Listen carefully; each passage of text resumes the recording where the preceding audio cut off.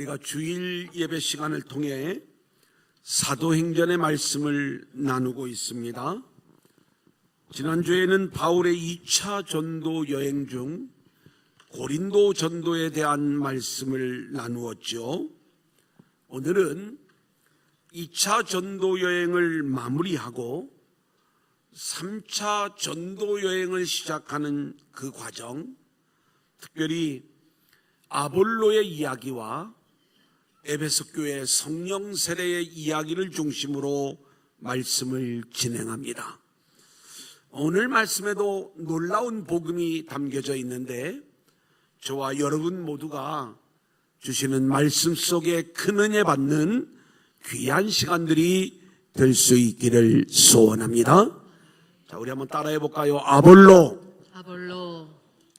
자, 오늘 본문 18장 18절 읽고 시작합니다. 시작. 바울은 더 여러 날 머물다가 형제들과 작별하고 배 타고 수리아로 떠나갈새 브리스길라와 아굴라도 함께 하더라. 바울이 일찍이 서원이 있었으므로 겐그레아에서 머리를 깎았더라. 이제 이 고린도에서의 바울의 사역이 2차 전도 여행의 마지막이었어요.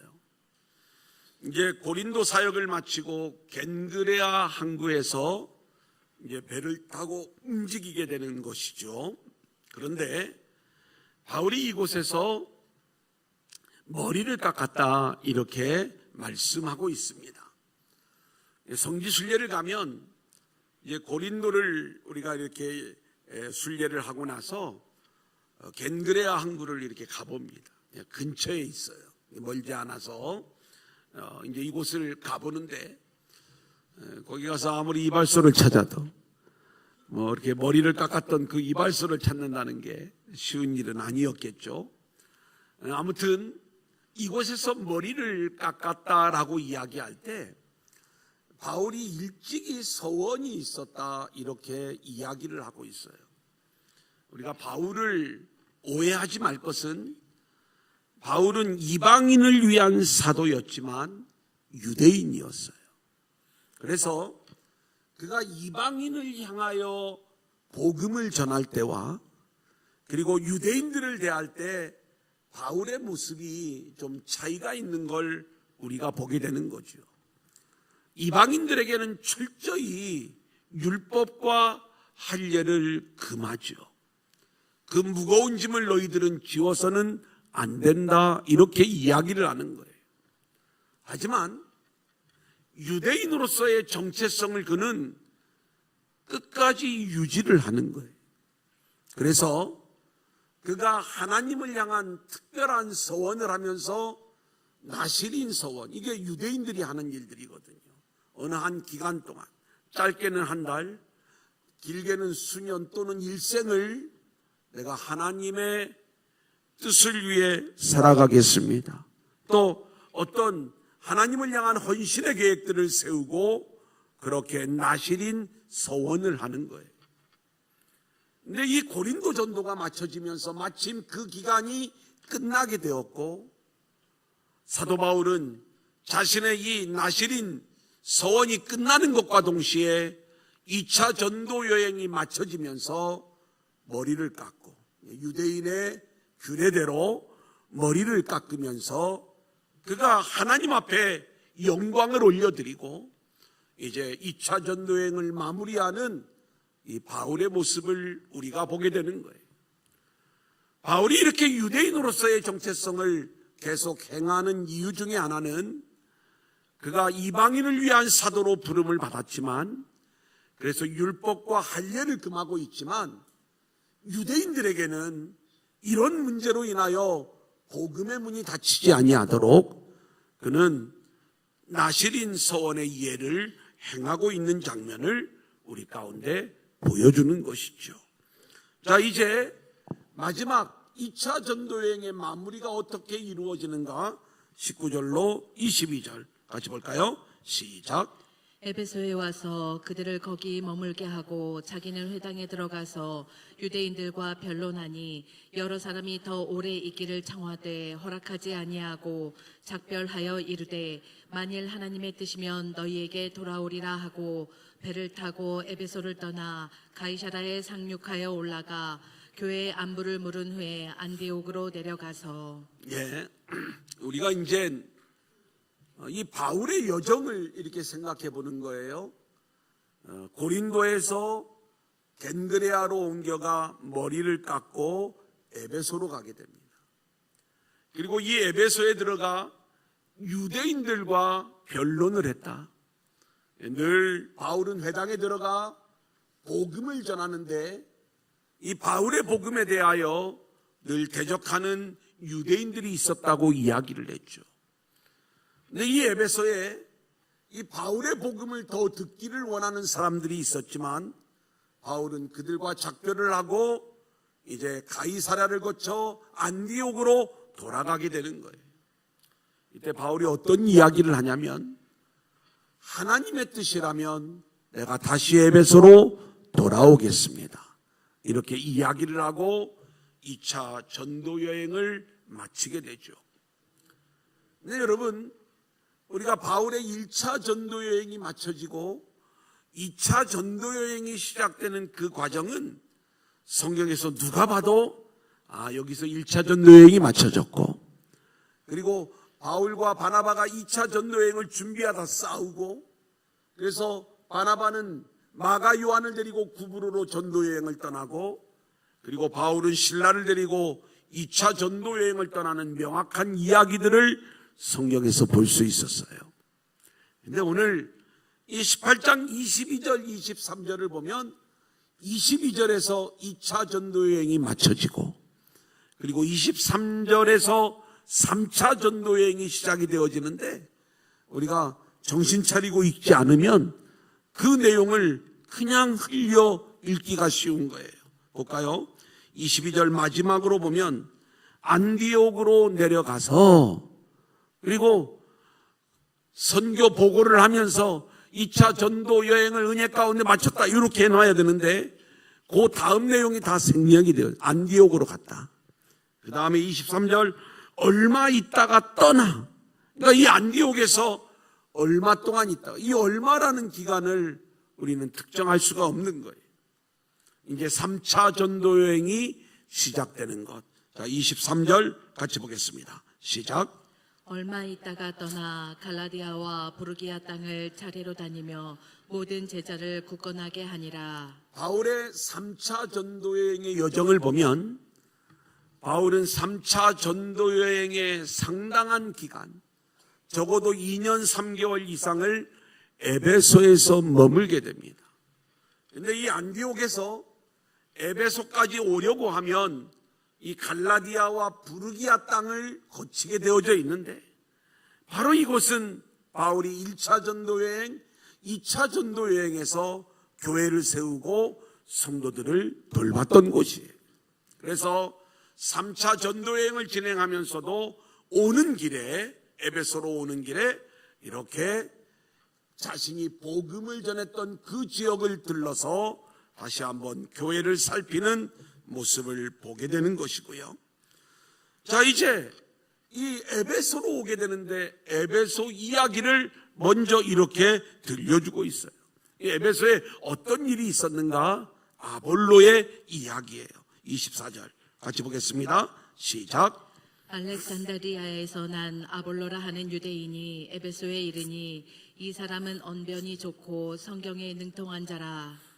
여러분, 한번 지금 이 아시아와 유럽의 교회의 상황을 우리가 한번 생각을 해보면 됩니다. 바울이 이미 1차 전도 여행을, 그리고 2차 전도 여행을 마친 상황이에요. 복음이 이 터키라고 하는 아시아 지역에만 머물러 있는 게 아니라 2차 전도 여행 때에는 이 유럽으로 복음이 건너가서 마게도냐, 빌립보, 데살로니가, 베레아, 아덴, 고린도, 이렇게 복음이 계속 유럽으로 흘러가고 있는 이러한 상황 속에 수많은 헬라파 유대인들이 복음을 듣고 예수를 믿는 자들, 그리고 예수님을 전하는 자들이 된 거예요. 그래서 급속도로 복음이 퍼져가는 그러한 상황, 여기에 수많은 헬라파 유대인들의 활약이 있었던 거예요. 오늘은 그 중에 한 사람인 아볼로에 대한 이야기입니다. 이 아볼로는 알렉산드리아 출신의 유대인이었어요. 헬라파 유대인이었던 거죠. 이 사람은 아주 공부를 많이 한 사람이고, 이 헬레니즘 또 히브리 또는 여러 가지 문법과 수사학 또 언변이 좋고 성경에 능통한 자다, 이렇게 이 아볼로를 소개하고 있는 장면을 보게 됩니다. 그러다 보니까 상당한 실력을 갖춘 복음 전도자로서 그가 에베소에 와서 복음을 전하는 자로 사명을 감당하고 있었던 거예요. 자, 우리 이 페이지로 넘어갑니다. 25절. 어떤 일이 있었는가? 그가 시작. 그가 일찍이 주의 도를 배워 열심으로 예수에 가는 것을 자세히 말하며 가르치나 요한의 세례만 알 따름이라. 아볼로는 복음을 듣고 이제 이 복음의 열정적인 사역자로 세워지는 거예요. 일찍 복음을 깨달았지만, 그래서 복음을 전하는 사명자로서의 사역을 감당하고 있지만, 오늘 말씀에 보면 그가 요한의 세례만 알고 있었다, 이렇게 말씀하고 있습니다. 우리가 아는 것처럼 요한의 세례는 회개의 세례를 말하는 것인데, 복음의 세계는 십자가와 부활의 능력을 경험하는 세계고, 그리고 성령이 임하여 이 성령의 능력을 경험하는 성령 세례가 우리 안에 있어야 되는데, 아볼로는 복음을 알고 요한의 세례를 가르쳤지만 이 성령 세례에 대해서는 전혀 모르는 상태였어요.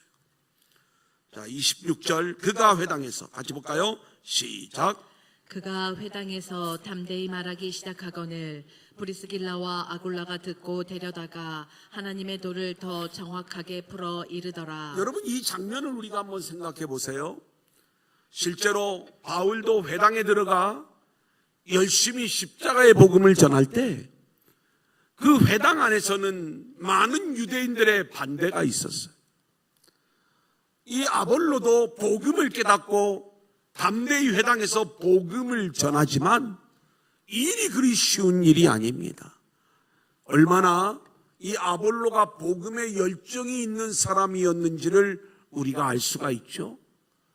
근데 이 아볼로가 전하는 복음을 그 당시에 바울을 따라 이 에베소까지 와 있었던 이 브리스길라와 아굴라 부부가 이들의 복음을 들은 거예요.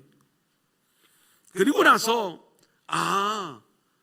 이 아볼로가 복음을 알고 그 복음의 내용을 지적으로는 깨달았지만 요한의 세례만 알고 있을 뿐 아직 정확하게 십자가와 부활의 능력, 성령 세례의 능력을 모르고 있구나. 그래 이 아볼로를 데려다가 십자가의 도를 정확하게 하나님의 도를 가르쳤다, 이렇게 말씀하고 있는 거예요. 우리는 오늘 이 말씀을 보면서 이 아볼로가 얼마나 대단한 사람인가를 우리가 생각할 수 있어야 되는 거예요. 말씀을 배우고 또 복음의 진리를 가르치는 데 있어서 아볼로가 목회자라면 브리스길라와 이 아굴라는 평신도예요. 여러분, 목회자는 목회자로서의 어떤 자존심이 있어서 복음을 전할 때 자신이 전하는 복음이 최고라고 생각을 하고요. 그리고 그 복음에 어떤 문제가 있다는 것을 지적을 받으면 절대로 동의하지 않는 게 이게 목회자들의 교만인 거예요. 근데 오늘 이 아볼로의 모습을 보면 평신도 부부에게 기꺼이 따라가서 그리고 자신이 배우지 못했던, 깨닫지 못했던 이 정확한 하나님에도 예수 그리스도의 십자가와 부활의 능력, 성령 세례에 대한 이 정확한 복음을 배우게 되는 거예요. 여러분, 여기에 목회자의 성장이 있는 거예요. 제 자신이 성령의 손학기를 맡고 나서 하나님 앞에 기도할 때, 하나님, 이 성령님의 역사가 수많은 치유와 기적으로 나타나는 것도 좋지만 하나님 말씀의 능력으로 그 성령의 능력을 저에게 덧입혀달라고 기도했을 때에 하나님께서 이 성령으로 말씀을 보는 그 눈을 열어주시기 시작을 하는 거예요. 그때 얼마나 이 말씀이 새롭게 다가오며 마음속에 기쁨과 희락이 있었는지. 그런데 문제는 모든 말씀이 그렇게 잘 열렸으면 좋겠는데 어떤 말씀은 막 놀랍게도 열리는 그러한 부분들을 보지만 어떤 부분들은 도대체 이건 적어도 이런 뜻은 아닌데 이 말씀을 주신 하나님의 진정한 의도가 무엇일까? 제가 답답함을 호소하면서 하나님 이 뜻을 좀 알려달라. 근데 알려주셔야 말이지. 그래 제가 기독교 백화점을 갔어요. 가서 하나님의 구속사라고 되어져 있는 책들을 다 끄집어내는 거예요. 그리고 제가 궁금해하는 본문을 어떻게 설명을 하고 있는지를 그 내용을 보기 시작을 하는데 말로는 표지에는 하나님의 구속사의 관점으로 이 내용을 기록했다고 하지만 제가 원하는 그 구속적 관점을 찾아보기가 어려운 거예요. 그런 가운데 너무나도 이 말씀을 좀 알고 싶어서 말씀을 좀 배우고 싶어서 간혹 크리스찬 타임즈나 이 기독교계 신문, 잡지를 보면 목사님들의 글이 실릴 때가 있는데 그 글은 한 편만 딱 읽어봐도 이분의 신학적 배경이나 그리고 이분의 안목들 또 관점들을 금방 알 수가 있잖아요. 아, 이분은 뭔가 좀 특별하다. 그런 분들이 이렇게 나타날 때마다 제가 그분이 도대체 어떤 사람인지 알지도 못해 막 이리 뒤지고 저리 뒤지면서 그분의 연락처를 알아내고 그리고 그분께 전화를 걸고 그리고 제가 당신을 좀 찾아갈 테니까 하루만 저를 위해서 시간을 좀 내주시죠. 너무나도 감사하게 시간을 내주시는 거예요. 그래서 정해진 약속 시간에 찾아뵙고 또 저보다 대부분 선배님들이었는데 그분들의 이야기를 듣고 또 성경을 연구하고 어떻게 그가 준비해 왔고 물론 모든 분들에게 흡족한 어떤 해답을 얻을 수 있었던 건 아니지만 그러면서 요만큼 열리고 또 요만큼 열리고 또 요만큼 열려가면서 하나님께서 이 말씀의 세계를 열어주시면서 제가 목회자로서 성장하는 그러한 과정들을 경험할 수가 있었던 거예요. 사랑하는 여러분, 제가 이 간증을 하는 것은 우리는 이렇게 말씀을 배우는 일 그리고 은혜를 깨닫는 일에는 스승이 따로 없는 거예요. 우리의 교만함으로 배우는 것을 거절하고 내가 여태까지 지켜왔던 것만이 최고고 다른 내용들에 대하여 우리가 배우기를 거절한다면 우리 안에는 온전한 성장을 기대할 수가 없는 거예요. 오늘 아볼로는 성경에 능통한 성경학자였지만 기꺼이 겸손함으로 평신도에게 배우고 그리고 십자가와 복음의 능력, 성령 세례의 능력을 깨닫는 자로 그가 변화되어지는데 훗날 이 아볼로는 어떤 모습이 되는가? 사도행전 18장 27절 28절 우리 같이 보겠습니다. 시작. 아볼로가 아가야로 건너가고자 하므로 형제들이 그를 격려하며 제자들에게 편지를 써 영접하라 하였더니 그가 감에 은혜로 말미암아 믿는 자들에게 많은 유익을 주니 이는 성경으로서 예수는 그리스도라고 증언하여 공중 앞에서 힘있게 유대인의 말을 이기미러라. 프리스길라와 아굴라로부터 십자가에도 성령 세례의 능력을 온전히 깨달은 이 아볼로가 이제 사역지를 아가야 고린도로 옮겨갔다는 이야기. 그곳에서 열심히 복음을 전하는데 유대인의 말을 이기는 거예요. 여러분, 그러면서 이 고린도 교회가 아볼로에 의하여 아주 놀라운 성장을 거두게 됩니다. 우리가 고린도전서의 말씀을 보면 오늘 시간이 요약돼서 제가 이 교환에는 넣어놨습니다. 근데 그 내용들을 다 읽지는 않겠지만 이 고린도에서의 아볼로의 사역은 엄청난 능력적 사역, 아주 탁월한 사역이었어요. 그래서 이 고린도에서 1년 6개월 동안이나 사역하며 이 교회를 세웠던 바울을 능가할 정도로 이 아볼로를 따르는 수많은 성도들이 생겨나게 되었고요. 그리고 그 아볼로의 모습을 보면 절대로 이 아볼로는 바울과 경쟁하지 않고 끝까지 협력하는 그 모습을 우리들에게 보여주고요. 바울이 뭐라고 이야기를 하는가? 나는 심었고 아볼로는 물을 주었으되 오직 하나님께서 자라게 하셨다. 이 고린도 교회의 사역에 있어서 아볼로의 사역이 바울과 견줄 만한 어마어마한 사역이었음을 바울도 인정을 해주고 있는 거예요. 성령 세례가 임하게 되었을 때, 그 놀라운 성령의 능력을 배우고 깨우치게 되었을 때 바울이 이렇게 놀랍도록 능력적인 사역자로 세워지는 모습을 보게 되는데, 저는 2024년 하반기 2025년을 우리가 기대하면서 우리 교회 안에 다시 한번 성령의 새바람이 불어올 수 있기를 소원하고, 성령의 강력한 능력을 구하며 성령 세례의 역사 속에 사명을 감당하는 교회와 성도들로 세워질 수 있기를 소원합니다. 코로나 이후에 우리 후배 목사님들이 열심히 목회를 하다가 많이 지쳐 있어요. 목사님, 너무 힘들어요. 그래? 어떻게 해야 될까? 근데 제가 우리 후배 목사님에게 이런 이야기를 하는 거예요. 목사님은 똑똑하다. 재능이 있다. 실력도 있다. 그런데 한번 이거 해봐. 우리가 우리의 힘과 우리의 노력과 우리의 열정으로 최선을 다하지만 그것만 가지고는 우리가 교회를 세울 수 없는 시대가 되었어.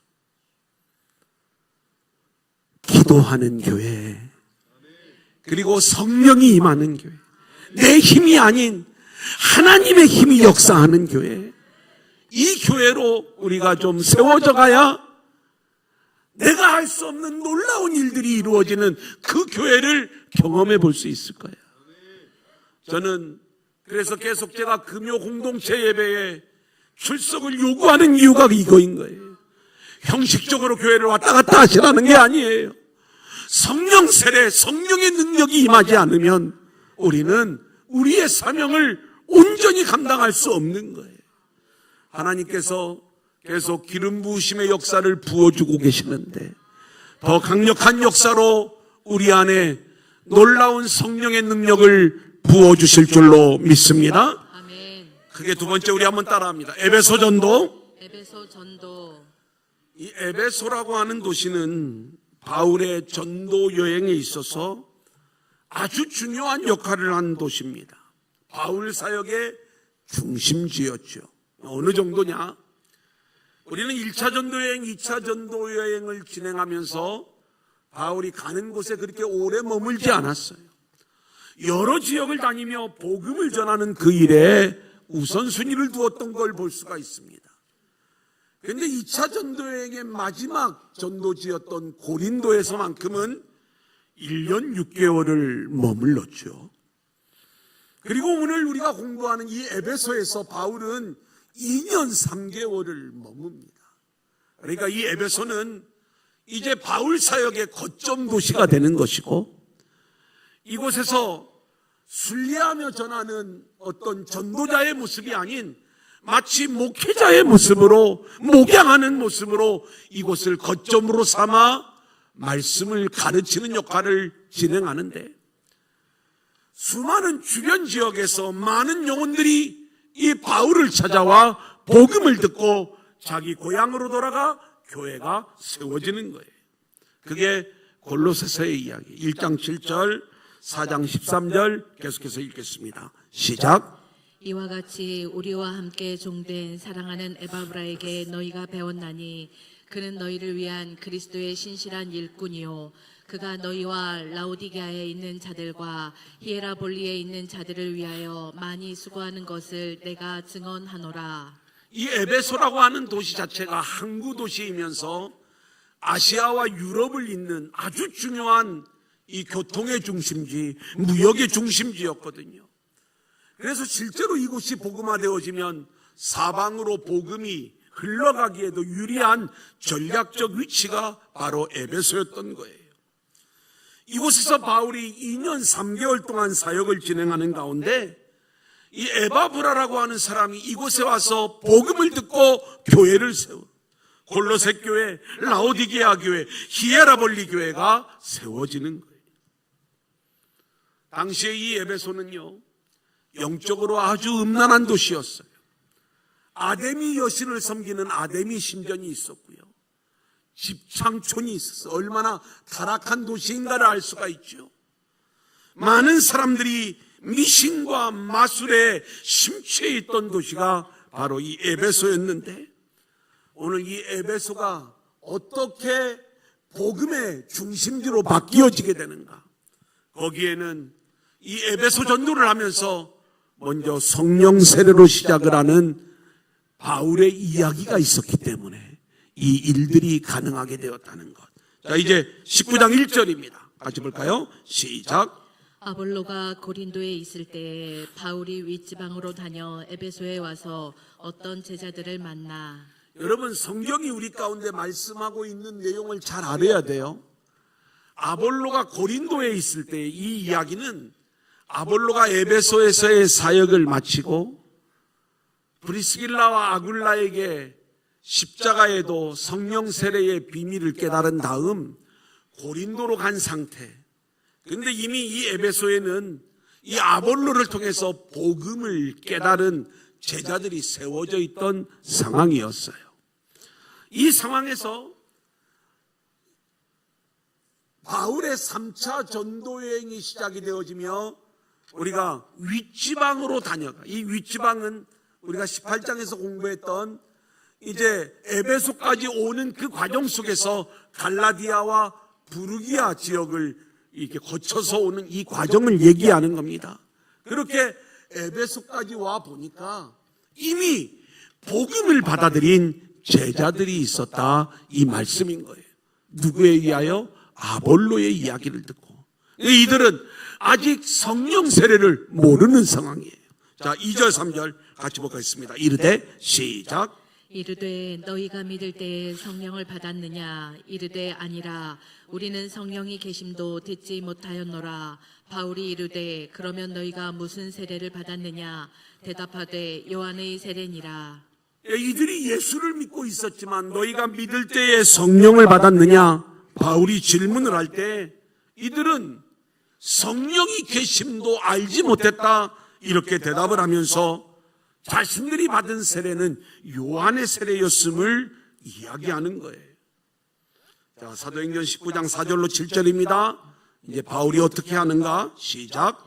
바울이 이르되 요한이 회개의 세례를 베풀며 백성에게 말하되 내 뒤에 오시는 이를 믿으라 하였으니 이는 곧 예수라 하거늘 그들이 듣고 주 예수의 이름으로 세례를 받으니 바울이 그들에게 안수함에 성령이 그들에게 임하심으로 방언도 하고 예언도 하니 모두 12사람쯤 되니라. 요한이 베푼 회개의 세례는 단순히 우리가 회개함으로 끝나는 세례가 아니라 요한이 증언했던 내 뒤에 오시는 이는 성령으로 세례를 베풀 예수님을 증거했잖아요. 바로 그 예수님을 믿게 하기 위한 세례가 요한의 세례였는데, 그래 너희는 예수의 이름으로 세례를 받아야 된다. 그래 바울이 이 에베소에 믿는 제자들에게 예수의 이름으로 세례를 주고 그들에게 안수하는 순간 놀라운 성령 세례가 이들 가운데 임하게 되는 거예요. 방언도 하고 예언도 했다.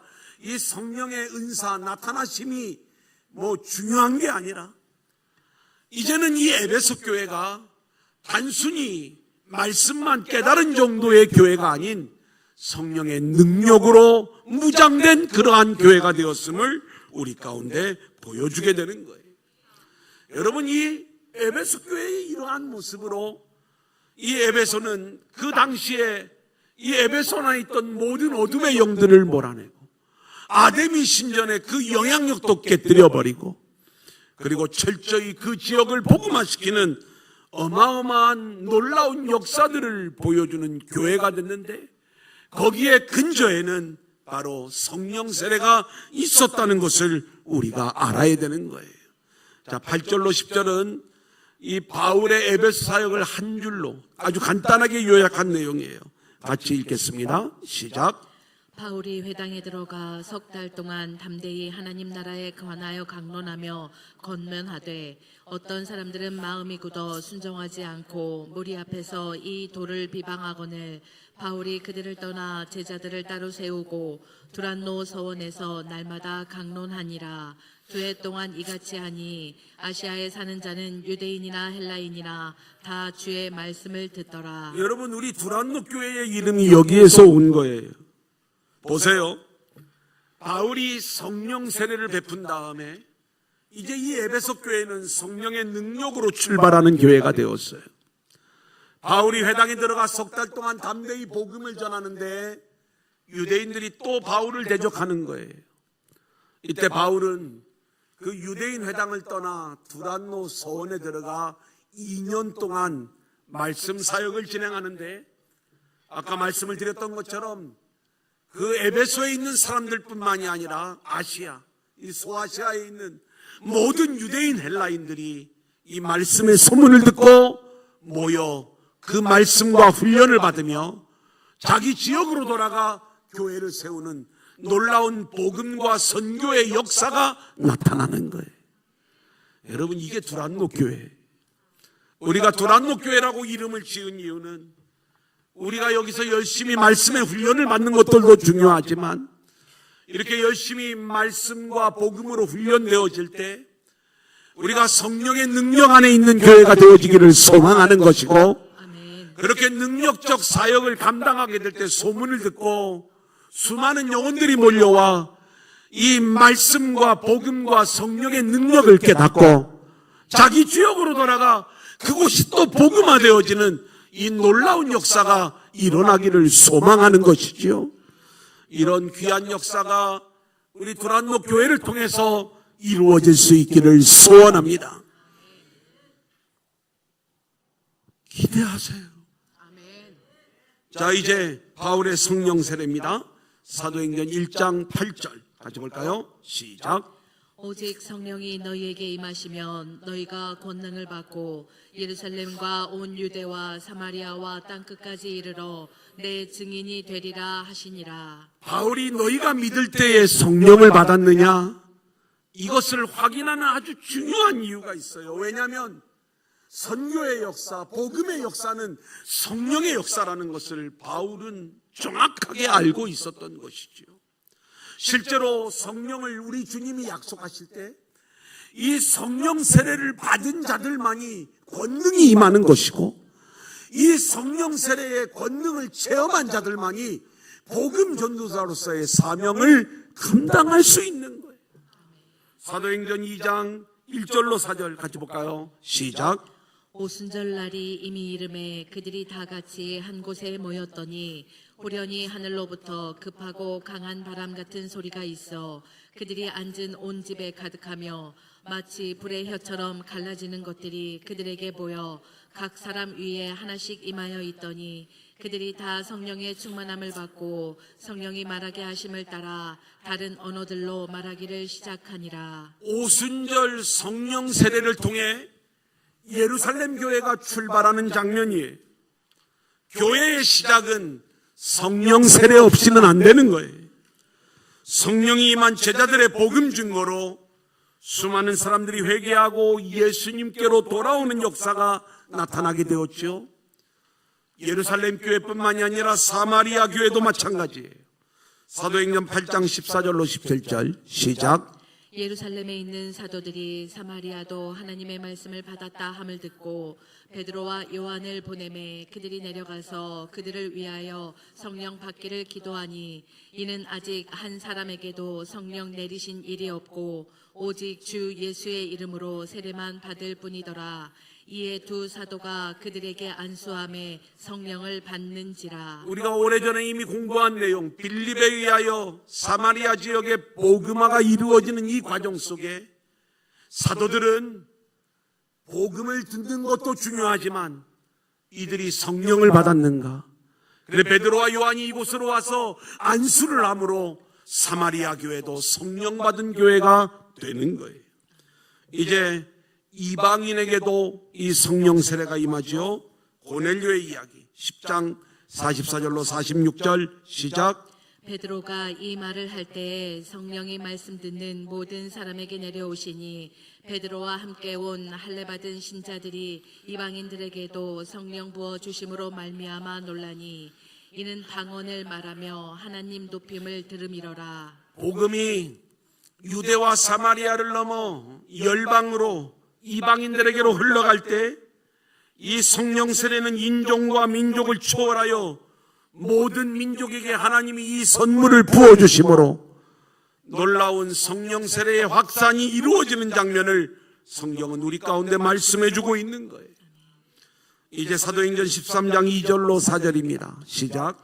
주를 섬겨 금식할 때에 성령이 이르시되 내가 불러 시키는 일을 위하여 바나바와 사울을 따로 세우라 하시니 이에 금식하며 기도하고 두 사람에게 안수하여 보내니라.